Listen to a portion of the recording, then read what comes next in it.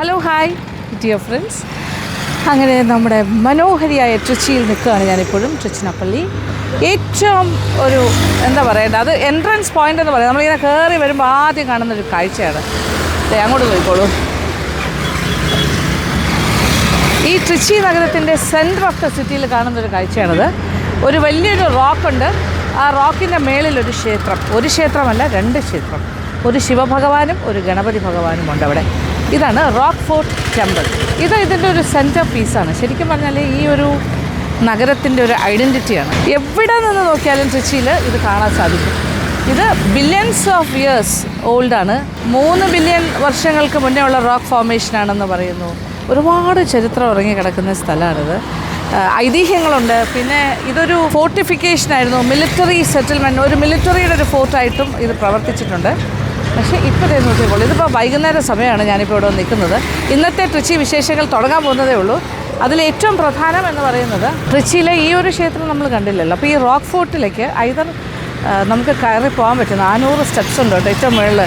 ഗണപതി ഭഗവാനെ കാണാൻ പോകണമെന്നുണ്ടെങ്കിൽ 400 സ്റ്റെപ്സ് കയറണം. അല്ലാന്നുണ്ടെങ്കിൽ അതിൻ്റെ താഴെയൊക്കെ ചുറ്റുവട്ടത്തൊക്കെ നിന്ന് നമുക്ക് കണ്ടിട്ട് വരാം. പിന്നെ ആ റോക്കിൻ്റെ നടുക്ക് ഭാഗത്തായിട്ടാണ് ശിവൻ്റെ ഒരു വലിയൊരു ശിവലിംഗവും അങ്ങനത്തെ പ്രതിഷ്ഠയൊക്കെയാണ്. എന്തായാലും ഇത് ഏറ്റവും വലിയൊരു പോയിൻ്റാണ് ട്രിച്ചിയിലെ. അപ്പോൾ ട്രിച്ചിയുടെ ഒരു ഓവറോൾ പറഞ്ഞാൽ ഈ സൈഡിൽ റോക്ക് ഫോർട്ട് ടെമ്പിൾ, ഇപ്പുറത്തെ സൈഡിൽ ഇപ്പോഴത്തെ എന്താ പറയുക, ഒരു ഡെസേർട്ട് പോലെ കിടക്കുന്നു. അത് നദിയാണ്. നദിക്ക് കുറുകെയുള്ള വലിയ പാലമുണ്ട്. പക്ഷേ ഇപ്പോൾ വെള്ളമില്ല. സമ്മർ ആയതുകൊണ്ട് കാവേരി നദി വറ്റി വരണ്ട് കിടക്കുന്ന കാഴ്ചയാണ്. അതിങ്ങനെ ഒരു മൺതിട്ട പോലെ വെറുതെ കിടക്കുകയാണ്. പിന്നെ ആ സൈഡിൽ നോക്കിയാൽ ശ്രീരംഗം രംഗനാഥസ്വാമി ടെമ്പിളിൻ്റെ വലിയ ഗോപുരം കാണാം. ഇത് ഇത്രയാണ് നമുക്കിങ്ങനെ ഒറ്റ ഓവറോൾ. പിന്നെ കംപ്ലീറ്റ് സിറ്റിയാണല്ലോ. ഞാനിപ്പോൾ ഒരു ഹൈറ്റിൽ നിൽക്കുന്നു, ഈ കാഴ്ചകളെല്ലാം കാണുന്നു.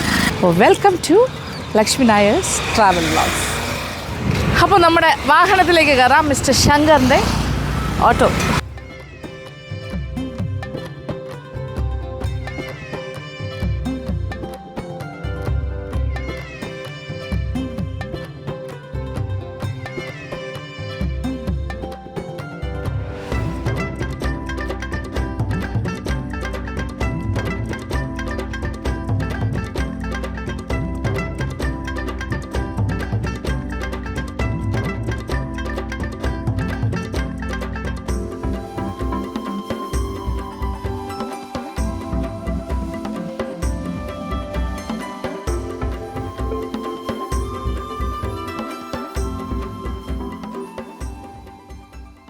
തമിഴ്നാട്ടിലെ ട്രിച്ചിയുടെ മുഖമുദ്രയാണ് മലൈക്കോട്ടെ ഉച്ചപ്പിള്ളയാർ ക്ഷേത്രം. ഈ റോക്ക് ഫോർട്ടിൻ്റെ മുകളിൽ നിന്ന് നോക്കിയാൽ ട്രിച്ചി നഗരവും ശ്രീരംഗവും കാവേരി നദിയും കൊള്ളിടം ഡാമും അങ്ങനെ എല്ലാം മനോഹരമായി കാണുന്ന കാഴ്ചകൾ തന്നെയാണ്. ഈ റോക്ക് ഫോർട്ടിൻ്റെ 3 തട്ടുകളിലായിട്ട് 3 ക്ഷേത്രങ്ങളാണ് ഉള്ളത്. ഏറ്റവും താഴെയായിട്ട് മാണിക്യ വിനായകർ ക്ഷേത്രവും, മധ്യഭാഗത്തായിട്ട് തായ് മാനവർ ക്ഷേത്രവും, ഏറ്റവും മുകളിലായിട്ട് ഉച്ചപ്പിള്ളയാർ വിനായക ക്ഷേത്രവുമുണ്ട്. ഈ പ്രദേശം പുരാണങ്ങളിൽ പല പല പേരുകളിലാണ് അറിയപ്പെട്ടിരുന്നത്. ഋഷഭാചലം, ദക്ഷിണ കൈലാസം, തെൻ കൈലാസം, തൃശ്ശിരപുരം, സിറപ്പള്ളി എന്നിങ്ങനെ പല പല പേരുകൾ. തൃശ്ശിരപുരം എന്ന് അറിയപ്പെട്ടിരുന്നത് അസുര രാജാവായിരുന്ന തൃശ്ശിരന്റെ പേരിലാണെന്നും അതിൽ നിന്നാണ് തൃച്ചിറപ്പള്ളി എന്ന സ്ഥലനാമം വന്നത് എന്നും പറയപ്പെടുന്നു. അതല്ല, ജൈനമതം പ്രചരിച്ചിരുന്ന കാലഘട്ടത്തിൽ അവരുടെ തലവനായ സിറ എന്ന സന്യാസിയുടെ പേരിൽ നിന്നാണ് സിറപ്പള്ളി എന്നും പിന്നീട് അത് തൃച്ചിറപ്പള്ളി ആയതെന്നും മറ്റൊരു കഥ. ഇത് സാധൂകരിക്കുന്ന രീതിയിൽ ചില ജൈന തീർത്ഥങ്കര പ്രതിഷ്ഠകളും ഇവിടെ നിന്നും ചരിത്ര ഗവേഷകർ കണ്ടെത്തിയിട്ടുണ്ട്. ഈ പാറയ്ക്ക് ഹിമാലയത്തെക്കാൾ പഴക്കമുണ്ടെന്നും ഇതൊരു ഫോസിൽ റോക്ക് ആണെന്നുമാണ് വിദഗ്ധർ പറയുന്നത്. 272 അടി ഉയരത്തിലുള്ള മലക്കോട്ടയുടെ ഏറ്റവും മുകളിലാണ് ഉച്ചപ്പിള്ളയാർ കോവിൽ. ഇവിടെ എത്താൻ ഏകദേശം 427 പടിക്കെട്ടുകൾ കയറണം. 2000 വർഷങ്ങൾക്ക് മുമ്പ് പല്ലവ രാജാവായിരുന്ന മഹേന്ദ്ര പല്ലവർ ഈ ക്ഷേത്രം നിർമ്മിച്ചുവെന്നും പറയപ്പെടുന്നു. പിന്നീട് വന്ന നായ്ക്കർ രാജാക്കന്മാരുടെ കാലത്ത് കൂടുതൽ നിർമ്മാണ പ്രവർത്തനങ്ങൾ നടന്നിരുന്നു. ബ്രിട്ടീഷുകാർക്കും ഫ്രഞ്ചുകാർക്കും ഇടയിലുണ്ടായ യുദ്ധത്തിൽ വെടിമരുന്നുകൾ സൂക്ഷിക്കാനായി ഈ കോട്ട ഉപയോഗിച്ചിരുന്നതായും പറയപ്പെടുന്നു. ബില്യൺസ് ഓഫ് ഇയേഴ്സ് പഴക്കമുള്ള ഈ വലിയ പാറയുടെ ഉത്ഭവത്തെക്കുറിച്ചുള്ള ഐതിഹ്യ കഥകൾ ഇപ്രകാരമാണ്. ആദിശേഷനും വായു ഭഗവാനും തമ്മിൽ ആരാണ് കൂടുതൽ ബലവാൻ എന്നൊരു തർക്കമുണ്ടാവുകയും അതിന്റെ ഭാഗമായി ആദിശേഷൻ മേതുപർവ്വതത്തിൽ ചുറ്റി വരഞ്ഞ് കിടന്നു. എന്നിട്ട് തന്നെ അതിൽ നിന്നും അടർത്തി മാറ്റി ശക്തി തെളിയിക്കാനായി വായു ഭഗവാനെ വെല്ലുവിളിക്കുന്നു. വെല്ലുവിളി സ്വീകരിച്ച വായു ഭഗവാൻ ശക്തിയായി കൊടുങ്കാറ്റായി വീശുന്നു. ഇത് ഭൂമിയിൽ പലതരം നാശനഷ്ടങ്ങൾ ഉണ്ടാക്കുന്നു. ഇതുകൊണ്ടൊന്നും ആദിശേഷനെ മലയിൽ നിന്നും അടർത്തി മാറ്റാൻ പറ്റുന്നില്ല. എങ്കിലും മേതുപർവ്വതത്തിൻ്റെ 3 ഭാഗങ്ങൾ ഭൂമിയിലേക്ക് ശക്തിയായി തെറിച്ചു വീഴുന്നു. അതിൽ ഒന്നാണ് ട്രിച്ചിയിലെ ഈ പാറ എന്നാണ് ഐതിഹ്യങ്ങൾ പറയുന്നത്. മറ്റൊന്ന് കാളഹസ്തിയിലും 3-ാമത്തെ ഭാഗം ശ്രീലങ്കയിലെ ത്രികോണമലയുമാണെന്നാണ് വിശ്വസിക്കപ്പെടുന്നത്. മലൈക്കോട്ടയിലെ 3 തട്ടുകളിലായി കാണുന്ന 3 ക്ഷേത്രങ്ങൾക്കും വ്യത്യസ്തമായ ഐതിഹ്യങ്ങളാണ് ഉള്ളത്. താഴെയുള്ള മാണിക്യ വിനായകർ ക്ഷേത്രത്തിലെ വിനായക പ്രതിഷ്ഠ വലിയ ശിവഭക്തനായ മാണിക്യം പിള്ള എന്ന വ്യാപാരിക്ക് കാവേരിയിൽ നിന്നും കിട്ടിയതാണെന്നും പിന്നീട് അത് ക്ഷേത്രത്തിൽ പ്രതിഷ്ഠിച്ചു എന്നുള്ളതുമാണ് ഐതിഹ്യം. മറ്റ് 2 ക്ഷേത്രങ്ങളിലും പ്രാർത്ഥിക്കുന്നതിന് മുന്നേ തന്നെ മാണിക്യ വിനായകനെ വണങ്ങിയിട്ട് വേണം കയറേണ്ടത് എന്നാണ് വിശ്വസിക്കപ്പെടുന്നത്. ഈ റോക്ക് ഫോർട്ടിന്റെ മധ്യഭാഗത്തെ തായ്മാനവർ ക്ഷേത്രത്തെക്കുറിച്ചുള്ള ഐതിഹ്യങ്ങൾ ഇപ്രകാരമാണ്. ചെട്ടിയാർ കുലത്തിൽ പിറന്ന് കടുത്ത ശിവഭക്തയായ രത്നാവതി എന്ന യുവതി അവരുടെ ഭർത്താവുമൊത്ത് എല്ലാ ദിവസവും ശിവസന്നിധിയിലെത്തി പ്രാർത്ഥിക്കുമായിരുന്നു. എന്നാൽ ഗർഭിണിയായ രത്നാവതിക്ക് കുറച്ച് ദിവസങ്ങൾ ശിവഭഗവാനോട് വന്ന് പ്രാർത്ഥിക്കാൻ സാധിച്ചില്ല. അവരുടെ പ്രസവ സമയം അടുത്തുകൊണ്ടേയിരുന്നു. ഈ സമയം കാവേരി നദിയിൽ വലിയ വെള്ളപ്പൊക്കം. അതുമൂലം രത്നാവതിയുടെ അമ്മയ്ക്ക് മകളുടെ പ്രസവ സമയത്ത് അടുത്തെത്താനും കഴിഞ്ഞില്ല. രത്നാവതി വിഷമത്തോടെ ശിവഭഗവാനോട് പ്രാർത്ഥിക്കുന്നു. അതിശയം എന്ന് പറയട്ടെ, അപ്പോൾ തന്നെ രത്നാവതിയുടെ അമ്മ മകളുടെ മുന്നിൽ എത്തുകയും അവിടെ താമസിച്ച പ്രസവ ശുശ്രൂഷ എല്ലാം ചെയ്യുകയും ചെയ്യുന്നു. എന്നാൽ ദിവസങ്ങൾക്ക് ശേഷം കാവേരി നദിയിലെ വെള്ളമെല്ലാം താഴുന്നു. അതിനുശേഷം രത്നാവതിയുടെ അമ്മ മകളുടെ പ്രസവ കാര്യത്തെക്കുറിച്ചുള്ള ആശങ്കയോടുകൂടി പെട്ടെന്ന് തന്നെ മകളുടെ വീട്ടിലേക്ക് പുറപ്പെടുന്നു. അവിടെ എത്തിയപ്പോഴാണ് അറിയുന്നത് ഇത്രയും ദിവസം തന്റെ അഭാവത്തിൽ അമ്മയുടെ രൂപത്തിൽ വന്ന് പ്രസവ രക്ഷയൊക്കെ ചെയ്തത് ശിവഭഗവാനാണെന്ന കാര്യം. ആ തിരിച്ചറിവ് അമ്മയും മകളെയും ഞെട്ടിച്ചു. നന്ദിപൂർവ്വം അവർ ഭഗവാനെ വിളിച്ച് പ്രാർത്ഥിക്കുന്നു. അവരുടെ മുന്നിൽ ശിവഭഗവാൻ പ്രത്യക്ഷപ്പെട്ട് അനുഗ്രഹിക്കുന്നു. അമ്മയായി വന്ന് പ്രസവരക്ഷ ചെയ്തതുകൊണ്ട് ശിവഭഗവാൻ തായ് മാനവർ എന്ന് അറിയപ്പെട്ടു. സുഖപ്രസവത്തിനായി ഗർഭിണികൾ വന്ന് പ്രാർത്ഥിക്കുന്ന പുണ്യക്ഷേത്രമാണിത്. ഇവിടെ നിന്നും പ്രസാദമായി ലഭിക്കുന്ന ലേഹ്യം കഴിച്ച് സുഖപ്രസവം നടന്നവർ പച്ച വാഴക്കുലകൾ ഭഗവാനെ നിവേദിക്കുകയും പിന്നീട് അത് ഭക്തർക്ക് പ്രസാദമായി കൊടുക്കുന്ന ഒരു രീതിയും ഇവിടെയുണ്ട്. കുറച്ച് പടിക്കെട്ടുകൾ കയറി തുടങ്ങാം.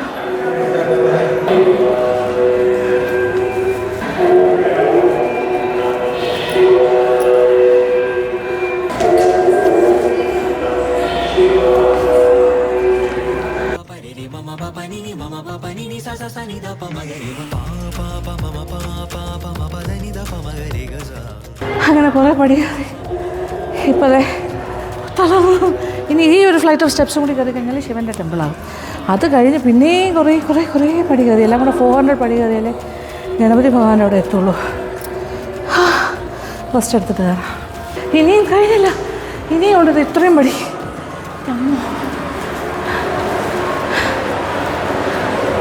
ഇത് സ്വാമി അമ്മൻ സന്നിധിയിൽ ഇവിടെ എത്തും ശിവഭഗവാൻ. അങ്ങോട്ട് പിന്നെ കുറേ പടി കയറിയാൽ ഉച്ചിപ്പിള്ളിയാർ.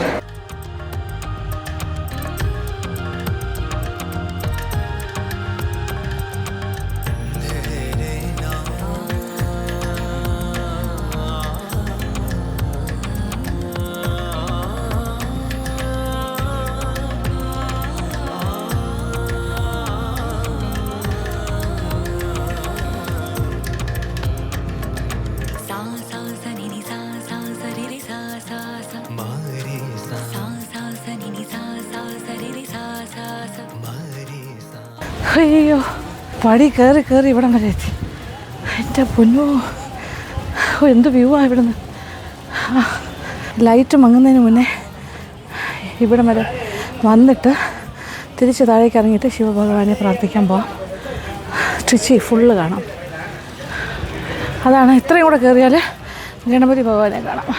ഈ റോക്ക് ഫോർട്ടിന്റെ ഏറ്റവും മുകളിലുള്ള ഉച്ചിപ്പിള്ളിയാർ ക്ഷേത്രത്തിന്റെ ഐതിഹ്യം ശ്രീരംഗനാഥ ക്ഷേത്രത്തിന്റെ ഐതിഹ്യവുമായി ബന്ധപ്പെട്ട് കിടക്കുന്നു. ശ്രീരാമ പട്ടാഭിഷേകത്തിനെത്തിയ വിഭീഷണ മഹാരാജാവിന് ബ്രഹ്മാവ് സത്യലോകത്ത് പൂജിച്ചതും സൂര്യവംശ പരമ്പരയിൽ കാലാകാലങ്ങളായി തലമുറകൾ കൈമാറി വന്ന ശ്രീരാമ ഭഗവാനും പൂജിച്ച ശ്രീ രംഗനാഥ സ്വാമിയുടെ വിഗ്രഹം സമ്മാനമായി കൊടുക്കുന്നു. ശ്രീലങ്കയിൽ എത്തുന്നതുവരെ നിലത്ത് വയ്ക്കരുത് എന്നുള്ള നിബന്ധനയോടുകൂടിയാണ് ശ്രീരാമ ഭഗവാൻ ഈ സമ്മാനം കൈമാറുന്നത്. എന്നാൽ വിഭീഷണ മഹാരാജാവ് ഒരു അസുരനായതുകൊണ്ട് ഈ വിഗ്രഹം ലങ്കയിലേക്ക് കൊണ്ടുപോകുന്നതിനോട് ദേവന്മാർക്ക് ചെറിയ ഇഷ്ടക്കേടുണ്ടായി. അവർ ഇത് തടയാനായി വിഘ്നേശ്വരനെ കൂട്ടുപിടിക്കുന്നു. ശ്രീലങ്കയിലേക്കുള്ള യാത്രാമധ്യേ സന്ധ്യാപൂജയ്ക്കായി വിഭീഷണ മഹാരാജാവ് കാവേരിക്കരയിലെ ചന്ദ്രപുഷ്കരണിയിൽ ഇറങ്ങുന്നു. വിഗ്രഹം താഴെ വയ്ക്കാൻ പാടില്ലാത്തതുകൊണ്ട് ഒന്ന് സഹായിക്കാൻ ആരെങ്കിലും ഉണ്ടോ എന്ന് തിരയുമ്പോഴാണ് നേരത്തെ നിശ്ചയിച്ച പ്രകാരം ഗണപതി ഭഗവാൻ ഒരു ഗോപാലകന്റെ രൂപത്തിൽ പ്രത്യക്ഷപ്പെടുന്നത്. വിഗ്രഹം സൂക്ഷിക്കാമെന്ന് പറഞ്ഞ് ഏൽക്കുന്നതും. എന്നാൽ പൂജ കഴിഞ്ഞ് തിരിച്ചെത്തിയ വിഭീഷണ മഹാരാജാവ് കാണുന്നത് തറയിൽ വെച്ചിരിക്കുന്ന വിഗ്രഹത്തെയാണ്. ഇത് കണ്ട് കോപാകുലനായി വന്ന് വിഭീഷണ മഹാരാജാവ് ഗോപാലകനായി വന്ന ആ ബാലനെ വഴക്കു പറയുകയും അപ്പോൾ തന്നെ ആ കുട്ടി രക്ഷപ്പെട്ട് ഒരു മലയിലേക്ക് ഓടിക്കയറിയെന്നും പറയുന്നു. ആ മലയാണ് മലൈക്കോട്ടെ എന്നാണ് ഐതിഹ്യം പറയുന്നത്. പിന്നാലെ പോയ വിഭീഷണ മഹാരാജാവ് ആ കുട്ടിയുടെ തലയിൽ ഒരു കൊട്ടു വെച്ചു കൊടുക്കുന്നു. അതിനുശേഷം ആ കുട്ടി ഗണപതി ഭഗവാനായി മാറുന്നു. അബദ്ധം മനസ്സിലാക്കിയ വിഭീഷണ മഹാരാജാവ് ഗണപതി ഭഗവാനോട് മാപ്പ് ചോദിക്കുന്നു. വിഭീഷണ മഹാരാജാവിന്റെ ലങ്കയുള്ള തെക്ക് ഭാഗത്തേക്ക് നോക്കിയാണ് ശില വച്ചിരിക്കുന്നതെന്ന് ഗണപതി ഭഗവാൻ പറയുന്നു. മാത്രമല്ല യമുനാ തീരത്ത് കുടികൊള്ളുന്നതാണ് ശ്രീ രംഗനാഥ സ്വാമിക്ക് ഇഷ്ടമെന്നും അറിയിക്കുന്നു. ഇന്നും മലൈക്കോട്ടയിലെ ഉച്ചിപ്പിള്ളയാർ ക്ഷേത്രത്തിലെ വിനായക പ്രതിമയിൽ വിഭീഷണ മഹാരാജാവ് കൊട്ടിയ ഒരു അടയാളം ദർശിക്കാനാകും എന്നാണ് പറയുന്നത്. പിന്നീട് വർഷങ്ങൾക്ക് ശേഷം ഒരു ചോള രാജാവ് ഈ മലൈക്കോട്ടയെ സന്ദർശിച്ചപ്പോൾ ഈ വിനായക ശില കാണുകയും അത് കൊണ്ടുപോകാൻ തയ്യാറാകുമ്പോൾ ഞാൻ ഇവിടെ മലൈക്കോട്ടയിൽ വസിക്കാനാണ് ആഗ്രഹിക്കുന്നത് എന്ന ഒരു അശരീരി കേട്ടു എന്നും അങ്ങനെയാണ് ഇവിടെ ഉച്ചിപ്പിള്ളയാർ ഭഗവാനെ പ്രതിഷ്ഠിച്ചതെന്നും ഐതിഹ്യം. ഇവിടെ പ്രാർത്ഥിച്ചാൽ തൊഴിലിൽ ഉന്നമനം ഉണ്ടാകും എന്നാണ് വിശ്വസിക്കപ്പെടുന്നത്. ഈ മലമുകളിൽ ഇരുന്ന് ഉച്ചിപ്പിള്ളയാർ വിനായകൻ സദാസമയവും ട്രിച്ചി എന്ന പ്രദേശത്തെയും അവിടുത്തെ ആളുകളെയും വീക്ഷിക്കുകയും സംരക്ഷിക്കുകയും ചെയ്തുകൊണ്ടേയിരിക്കുന്നു എന്നാണ് വിശ്വാസികൾ വിശ്വസിക്കുന്നത്.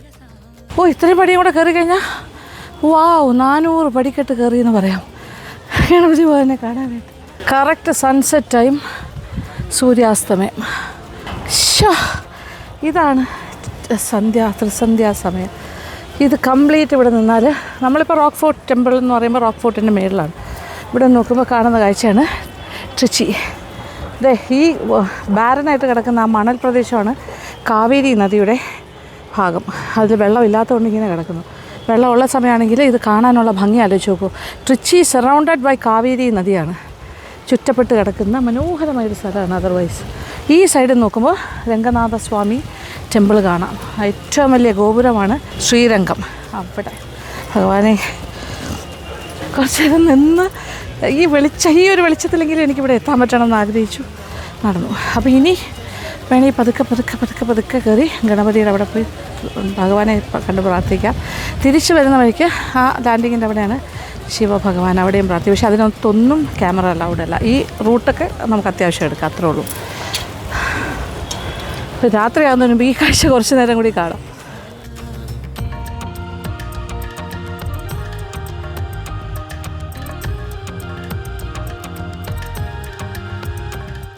കയറി പക്ഷേ ഈ പടി അത്ര കുഴപ്പമില്ല കേട്ടോ. വളരെ എന്താ പറയുക, ചെറിയ പടിക്കെട്ടാണ്. മുകളിലേക്ക് ഉയരം കൂടുന്തോറും താഴത്തെ കാഴ്ചകൾ കുറേ കൂടി മനോഹരമാകുന്നു. പാറയുടെ ഒരു ഷേപ്പ് അനുസരിച്ചിട്ടുള്ള സ്ലോപ്പിലാണ് ഇത് ചെയ്തിരിക്കുന്നത്. ചെറിയ പടിയാണ്, ചെറിയ പടി. ഇത് വലിയ സ്ട്രെയിൻ ഇല്ലാണ്ട് കയറാൻ പറ്റും. It's nice. എന്ത് കാറ്ററിയോ. ഈ സമയമാണ് പറ്റിയ സമയം, സന്ധ്യാസമയം. ഇടയ്ക്കിടയ്ക്ക് ഇങ്ങനെ നിന്ന കാഴ്ചകളൊക്കെ കണ്ട് പതുക്കെ ലശാളിയായിട്ട് കയറിയാൽ മതി. ഞാൻ നിൽക്കുന്ന ഹൈറ്റ് എനിക്ക് വിശ്വസിക്കാൻ വയ്യ. അത് ഈ പാറയുടെ മുകളിലെന്ന് പറയുമ്പോൾ എന്തൊരു ഹൈറ്റാണെന്നറിയുമോ. എവിടെ നിന്ന് നോക്കിയാലും കാണുന്ന ആ ഹൈറ്റ് പാറ. അതിൻ്റെ ഏറ്റവും ടോപ്പിലേക്ക് എത്തിക്കൊണ്ടിരിക്കുന്നു.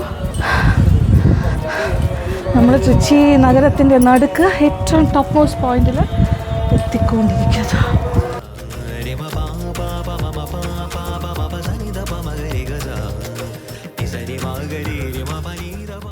അയ്യോ, ടോപ്പ് ഓഫ് ദ വേൾഡ് പോലെ ഒരു ഫീലിംഗ് ആണ്.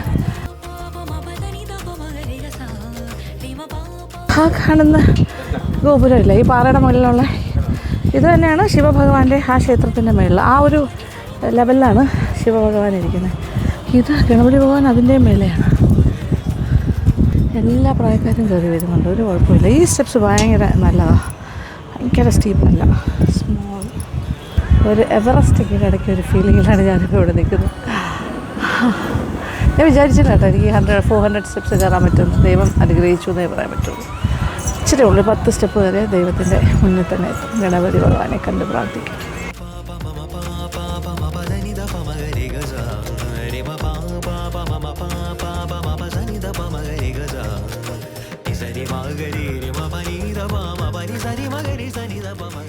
കാണേണ്ട കാഴ്ച തന്നെ കേട്ടോ. തിരിച്ചു പോകാനേ തോന്നില്ല. എന്ത് കാറ്ററിയോ ഇവിടെ ഇരുന്ന് ഇങ്ങനെ. ട്രിച്ചി സിറ്റി ഭഗവാനെ കണ്ട് പ്രാർത്ഥിച്ചു. അർച്ചന ഇതൊക്കെ കിട്ടി, പ്രസാദമൊക്കെ കിട്ടി. ഭസ്മമാണ്, ഭസ്മം. ട്രിച്ചിയുടെ ഏറ്റവും ടോപ്പിൽ വന്നിങ്ങനെ. അയ്യോ, എനിക്ക് തിരിച്ച് താഴെ പോകാൻ തോന്നുന്നില്ല സത്യം. കാറ്റെന്ന് പറഞ്ഞാൽ ലബ്രീസ്.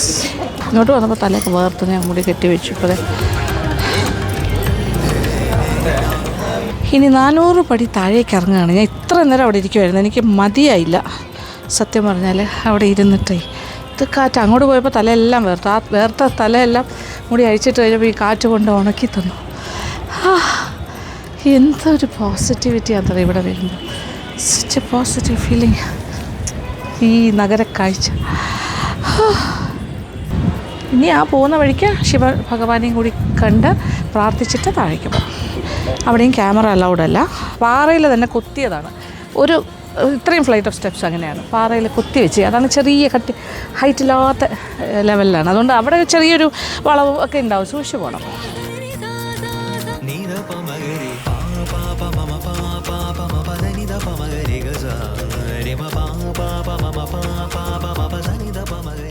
ഈ ഭാഗത്തെ പാറയുടെ ആ ഒരു ഷേപ്പ് അനുസരിച്ചിട്ട് ഇങ്ങനെ എന്താ പറയുക, ഒരു വളവ് തിരിവ് ഇങ്ങനെ സ്ലോപ്പ് പോലെ കിടക്കുന്നത്. ഇവിടെ ഒരേ ലെവലല്ല, ശ്രദ്ധിച്ചിറങ്ങണം.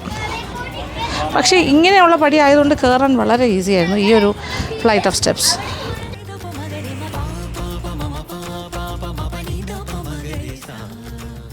ഇറങ്ങി വരുന്ന വഴിക്ക് ചെറിയ റിഫ്രഷ്മെൻറ്റ്. 2 ചെറിയ കടയുണ്ട്. എവിടെ വേണമെങ്കിലും കുടിക്കാനായിട്ട് പാനീയങ്ങളെല്ലാം കിട്ടും. ഈ ഒരു ലാൻഡിങ്ങിലെത്തി. ഇനി അടുത്ത ലാൻഡിങ്ങിൻ്റെ താഴേക്കൊക്കെ നടന്ന് പോകുമ്പോഴാണ് ശിവഭഗവാൻ. ഇതാണ് ആ പാറ. ഈ പാറയുടെ മുകളിലായിട്ടാണ് ഗണപതി ഭഗവാന്റെ ക്ഷേത്രം. ഇതിൻ്റെ നടുക്കായിട്ടാണ് കൊത്തിയെടുത്ത ഒരു ഭാഗത്താണ് ശിവഭഗവാനും ഇരിക്കുന്നത്. എന്നെ പോലെ കഷ്ടപ്പെട്ട ഒരാൾ കയറി വരുന്നത് കുഴപ്പമില്ല, കയറും. എത്ര വേഗമെങ്കിലും ഏത് ഏജിലുള്ളവരും മേളിൽ കയറുന്നുണ്ട് കേട്ടോ. പ്രാർത്ഥനയോടുകൂടി കയറിയാൽ മതി.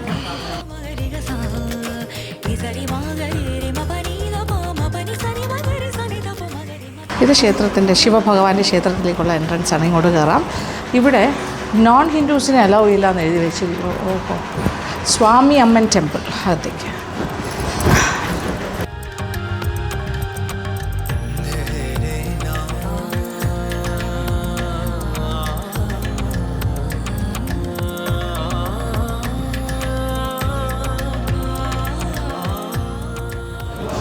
സ്വാമി അമ്മൻ ക്ഷേത്രത്തിൽ നിന്നും താഴേക്ക് ഇറങ്ങുകയാണ് ശിവഭഗവാൻ. ഇത് ഒരുപാട് ഐതിഹ്യങ്ങൾ ഉള്ള ക്ഷേത്രമാണ് ശിവഭഗവാന്റെ. ഇതിനെക്കുറിച്ചുള്ള ഐതിഹ്യ കഥകൾ വ്യത്യസ്തമാണ്. ഈ ക്ഷേത്രം കണ്ടിരിക്കേണ്ടതാണ്. ഇത് പാറ തുരന്നാണ് ഉണ്ടാക്കിയിരിക്കുന്നത്. ഇതിൻ്റെ അകത്ത് 3 നിലകളാണെന്ന് തന്നെ പറയാം. First level, second level, third level. Third ലെവലിലാണ് ഒരു വലിയ ശിവലിംഗത്തിൻ്റെ രൂപത്തിലാണ് ശിവഭഗവാൻ അവിടെ ഉള്ളത്. അപ്പോൾ ഭയങ്കര ഒരു സ്റ്റോൺ ആർക്കിടെക്ചറാണ്. അത് കുറേ പില്ലേഴ്സുണ്ട്. ഗംഭീരമാണ്. കണ്ട് അറിയേണ്ട ഒരു ക്ഷേത്രമാണ്. വന്ന് പ്രാർത്ഥിക്കേണ്ട സ്ഥലമാണ്. ഇനി താഴേക്ക് ഇറങ്ങാം. ഈ ശിവഭഗവാന്റെ ക്ഷേത്രത്തിലെ പ്രധാന വഴിപാടെന്ന് പറഞ്ഞാൽ പഴക്കൊലയാണ്. ഇഷ്ടം പോലെ കൊല അവിടെ കാണാൻ പറ്റും. ആൾക്കാർ അതാണ് ധൈര്യമായിട്ട് കൊടുക്കുന്നത്. നേർച്ച അതാണ്. ഇതേ ഒരാൾ കൊലയും കൊണ്ട് വരുന്നതാണ്ടോ. താഴെ സിറ്റിയിൽ നിന്ന് നോക്കുമ്പോൾ ഈ റോക്ക് ഫോർട്ട് ടെമ്പിൾ ഭയങ്കര കളർഫുള്ളായിട്ട് കാണാം. രാത്രി ഇവിടെ ലൈറ്റപ്പ് ചെയ്തിട്ടുണ്ട് ആ പാറയ്ക്ക് ചുറ്റും. അത് താഴെ പോയാൽ കാണാൻ പറ്റും. നല്ല സ്റ്റീപ്പാണ് കുറേ ഭാഗത്തേക്ക്. ഏതാണ്ട് ആ ശിവഭഗവാൻ്റെ അവിടെ എത്തുന്നവരെയും ഭയങ്കര സ്റ്റീപ്പാണ് ആ ടെമ്പിൾ വരെ. എന്തായാലും ഒരു വലിയ മഹാകാര്യം സാധിച്ച ഒരു സന്തോഷം പോലെയാണ് എനിക്ക് തോന്നുന്നത്. ഒരുപാട് എല്ലാവർക്കും വേണ്ടി പ്രാർത്ഥിച്ചിട്ടുണ്ട്. ഇങ്ങനെ കയറാൻ പറ്റുമെന്ന് ഞാൻ വിചാരിച്ചതേ അല്ല. ദൈവം തുണച്ചു എന്ന് തന്നെ പറയാം. ആ ഒരു പവറിലാണ് നമ്മൾ കയറി പോകുന്നത്. ടെമ്പിളിൽ നിന്നും തിരിച്ചിറങ്ങി ഗ്രൗണ്ട് ലെവലിൽ എത്തിക്കഴിഞ്ഞു. ഇവിടെ കൊലയൊക്കെ കൊണ്ടുവച്ചിരിക്കുന്നു. ഇവിടെ വന്നാൽ നേർച്ചക്കൊലയൊക്കെ ഇവിടെ കിട്ടും കേട്ടോ. കൊല മേടിച്ച് വേണമെങ്കിൽ കൊണ്ടുപോകാം. ദൈവമേ, നമ്മുടെ ഓട്ടോ ഷഗർ എത്തിക്കഴിഞ്ഞു. ചെരുപ്പൊക്കെ ഓട്ടോയിൽ ഇട്ടിട്ട് ഇറങ്ങി. യെസ്, ചെരുപ്പ് ഓട്ടോയിൽ ഇട്ടിട്ടാണ് പോയത്. അത് എളുപ്പം.